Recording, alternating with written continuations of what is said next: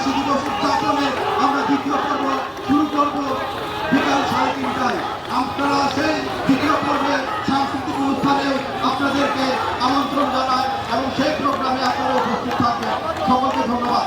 আমরা দেখতে পাচ্ছি বিশাল এক র্যালি এখন আমাদের সম্মানিত সভাপতি এবং সাধারণ সম্পাদকের নেতৃত্বে ঢাকা বিশ্ববিদ্যালয়ে প্রদর্শিত হবে।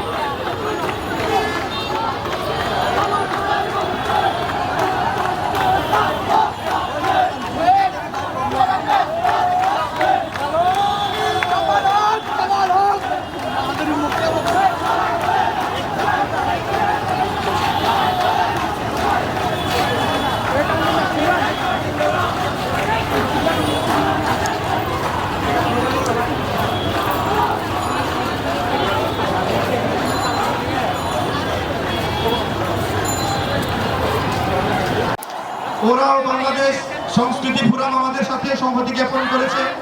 আমরা দেখতে পাচ্ছি ফেডারেশন জিএসএ মিছিল সমেত আমাদের সাথে এই আন্তর্জাতিক আদিবাসী দিবসের বর্ণাঢ্য র্যালিতে অংশ নিয়ে আমাদের সাথে সংহতি জ্ঞাপন করেছে। আমরা দেখতে পাচ্ছি বাংলাদেশ কোচ ছাত্র কোচ সংগঠন আমাদের সাথে সংহতি জ্ঞাপন করেছে।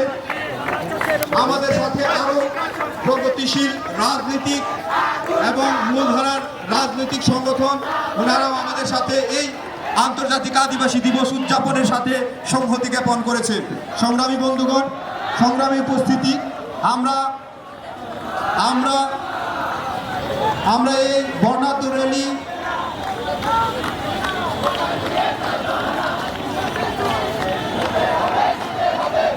আমাদের আজকে আন্তর্জাতিক আদিবাসী দিবস উপলক্ষে বর্ণাঢ্য র্যালি এই অনুষ্ঠানে সমাপ্তি ঘোষণা করার জন্য আমি মঞ্চে আহ্বান জানাই বাংলাদেশের আদিবাসীদের লড়াকু অভিভাবক সংগঠন, আমাদের